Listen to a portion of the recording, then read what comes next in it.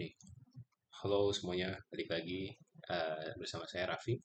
Jadi kali ini kita akan coba membahas bagaimana sih function itu di-evaluate di Gara. Jadi dari AST hingga ke execution-nya. Untuk pembahasan kali ini kita akan fokus di bagian evaluation-nya saja, karena untuk lexing dan parsing menurut saya mereka perlu bagian sendiri gitu, pembahasan sendiri, dan kalau misalkan mau digabung pun terlalu panjang. Jadi kita fokus di evaluation saja. Oke, kita coba untuk generalize lagi. Di Gara itu callable berdasarkan bentuknya ada dua. Jadi ada function, ada method, gitu ya. Terus function sendiri pun nanti ada pembagiannya lagi sebenarnya. Ada function built-in, function literal, function object, dan sebagainya. Cuman for the sake of simplicity, ya udah kita gabung aja sebagai function gitu.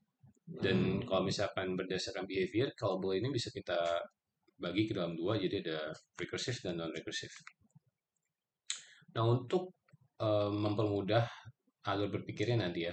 Jadi berikut ini overview dari evaluation flow-nya. Mungkin bisa coba dimengerti atau dibaca dulu sekilas gitu, biar paham. Oke, kita masuk ke step yang pertama, jadi consuming function call node.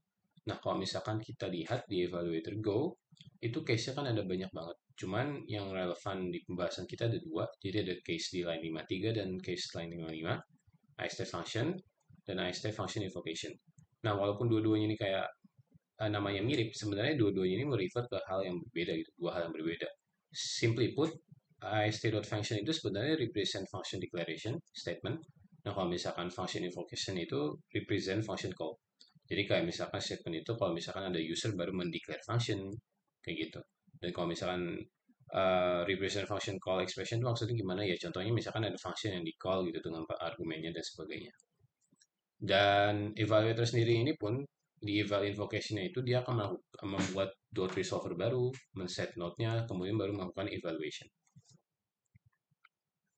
Oke, jadi sebenarnya dot resolver itu apa sih? Nah, kalau misalkan kita tarik ke belakang, kan Gara itu sebenarnya dibuat berlandaskan buku Writing Interpreter in Go ya, by Thorsten Bell. Nah, cuman untuk mengextend gitu ya fiturnya, Gara itu kan menambahkan OOP. Dan di OOP itu ya kita tahu bahwa setiap kelas itu kan pasti punya method. Nah, di sini baru dot resolver itu berperan. Jadi kayak dot resolver tuh semacam helper untuk meresolve function name dan kelas originnya gitu. Ketika ada invocation yang seperti method gitu. Jadi method like invocation.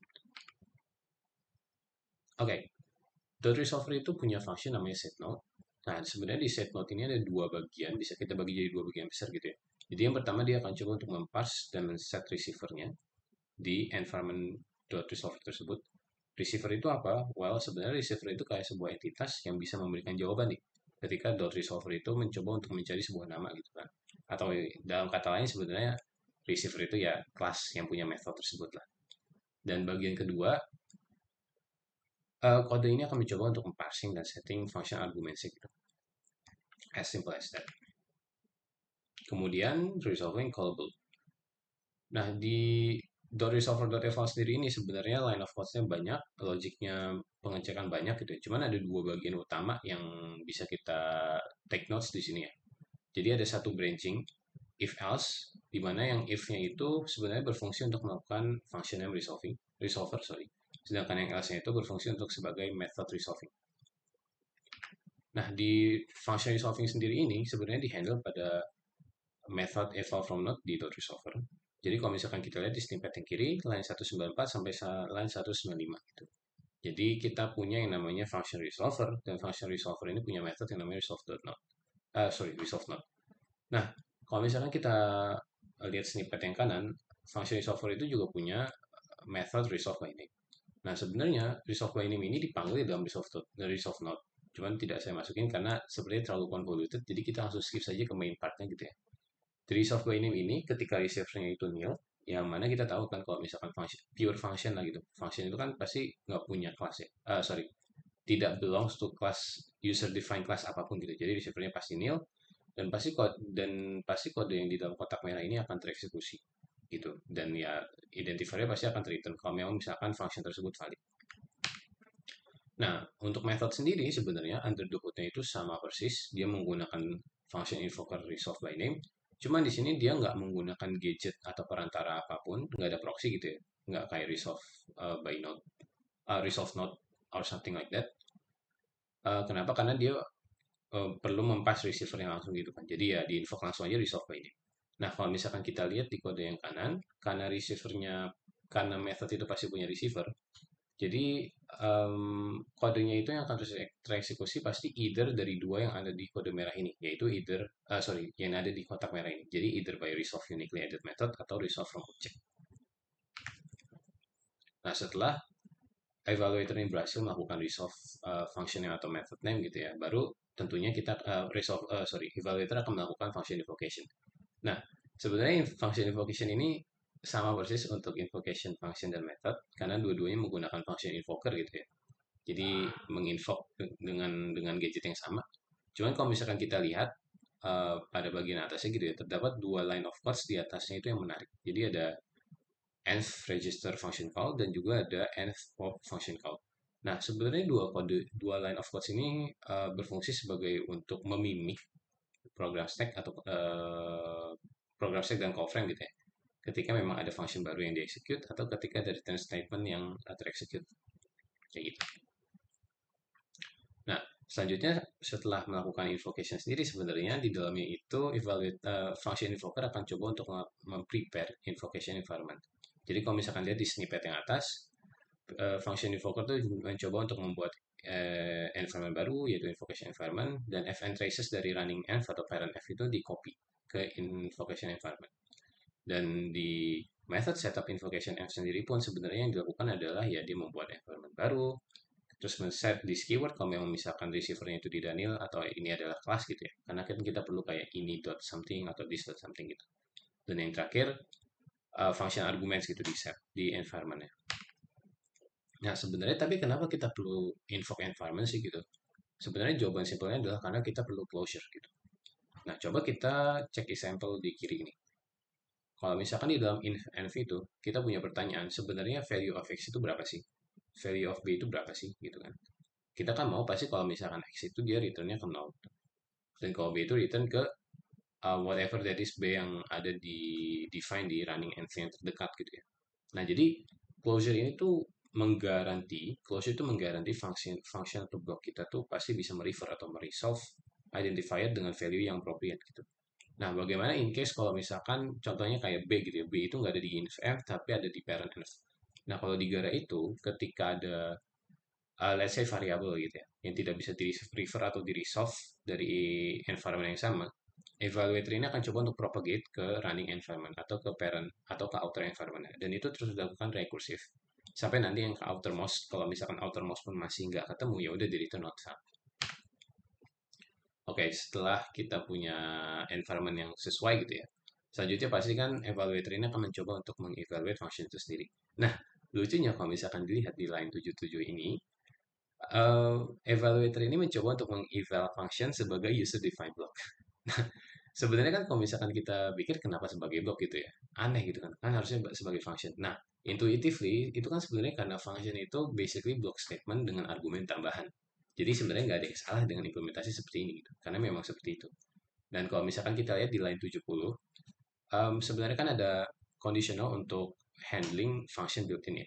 Nah, cuman pada pembahasan kali ini kita coba untuk simplify aja function, jadi kita generalize semua function sama gitu ya. Karena memang sebenarnya function built-in itu punya handling yang sedikit berbeda, ada step tambahan, cuman karena time constraint juga kita generalize saja. Oke, tentunya setelah evaluator itu berhasil mengexecute function ya, return value-nya ini harus di return gitu kan, harus ada return value. Nah, di sini return value-nya itu pertama di unwrap dulu. Jadi objek return value punya attribute value, jadi value-nya tersebut yang diambil. Kemudian akan dicek nih apakah value yang di return ini sesuai gitu, sesuai dengan constraint kah, sesuai dengan signature dan sebagainya. Dan yang terakhir baru uh, functionnya akan di pop dari event traces. Oke, tadi itu barusan kita sudah membahas perbedaan dari method dan function ya, ketika dari AXT sampai evaluation.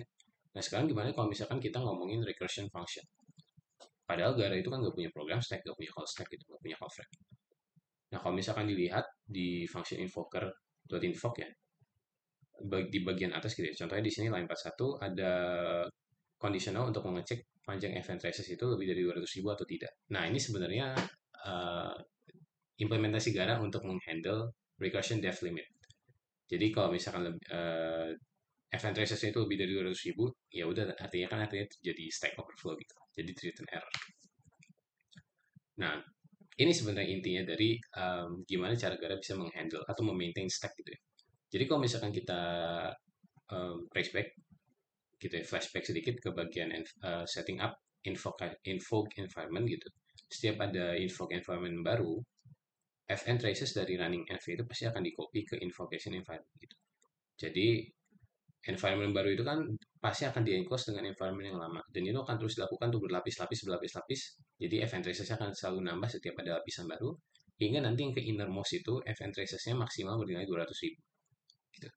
Dan ya ini sebenarnya cara gimana Garo itu bisa memaintain tinggi stack gitu ya, karena memang setiap ada function call dia akan selalu mengcopy invocation environment gitu, dan event tracesnya itu di copy kayak gitu.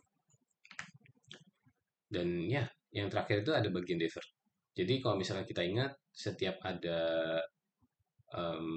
return gitu ya, defer and pop fn call ini kan pasti akan dipanggil gitu ya. Nah, jadi defer ini sebenarnya bisa mensimplify function cleanup gitu dengan cara dia akan meng-pop event tracer secara otomatis ketika memang enclosing functionnya gitu ya, eval dalam konteks di sini gitu ya, sudah mencapai statement return gitu. Nah, contohnya kalau misalkan di dalam tail recursion gitu ya, ketika base case-nya sudah tercapai gitu ya, setiap defer statement ini akan men-trigger gitu ya, dan dia tuh dan return-nya itu akan selalu in reverse order value-nya one by one kayak gitu. Jadi ini yang bisa mensimulate recursion di Gara kayak gitu. Ya, I think that's all. Semoga pembahasannya cukup jelas gitu ya. Semoga kalian bisa belajar. Bye bye. Terima kasih.